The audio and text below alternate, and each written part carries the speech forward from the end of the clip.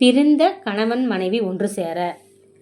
ஜோதிட ரீதியாக கருவேப்பிலை மரம் ஆண்களையும் பப்பாளி மரம் பெண்களையும் குறிக்கும்.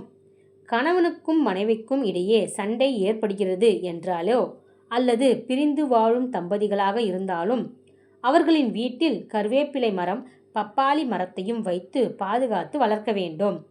தினமும் தங்கள் கைகளால் மரங்களுக்கு தண்ணீர் ஊற்ற வேண்டும்.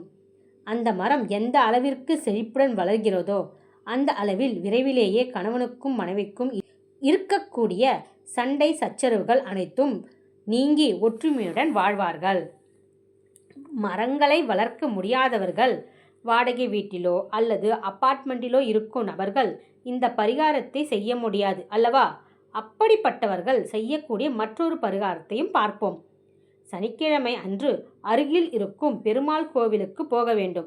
அங்கே போகும்போது தங்கள் வீட்டிலோ அல்லது வெளியிலோ ஏதாவது ஒரு முறையில் கருவேப்பிலை சாதத்தை செய்து எடுத்துக்கொண்டு போக வேண்டும். அங்கு இருக்கும் பெருமாளுக்கு துளசி மாலை சாற்றி தாமரை பூவை கொடுத்து தங்கள் பெயரிலும் தங்கள் கணவரின் பெயரிலும் அர்ச்சனை செய்ய வேண்டும். பிறகு எடுத்து சென்ற கருவேப்பிலை சாதத்தை நெய்வேத்தியமாக பெருமாளுக்கு படைத்துவிட்டு தீபமேற்றி வழிபட வேண்டும். பிறகு அந்த நெய்வேத்தியத்தை கோவிலுக்கு வரும் சுமங்கலி பெண்களுக்கு தங்கள் கைகளால் பிரசாதமாக வழங்க வேண்டும். இவ்வாறு வழங்குவதன் மூலம் பெருமாளின் அருளும் கிடைக்கும்.